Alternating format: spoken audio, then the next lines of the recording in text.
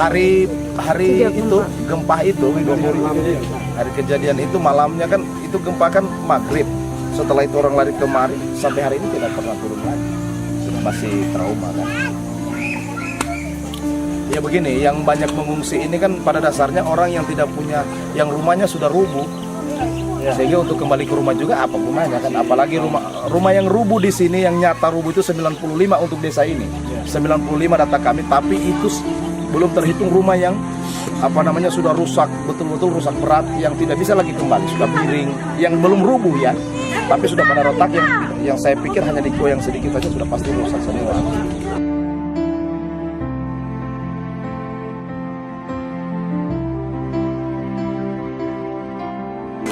Nah, yang paling dibutuhkan itu kan seperti bilang tadi, logistik, ditambah dengan ini kan musim hujan.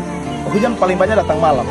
Sudah berapa kali hujan Pak selama di pengungsi? Kalau saya tidak salah, kemaraunya itu hanya 1 minggu di awal ini, di awal gempa, pasca gempa. Setelah itu hujan terus sampai sekarang ini. Kalau sudah malam ya? Iya, hampir tiap malam. Kan terpal ya? Terpal. Cuman memang yang paling urgent sekali adalah beras, sabun cuci, sabun mandi, itu yang penting sekali. Minyak goreng itu yang paling penting.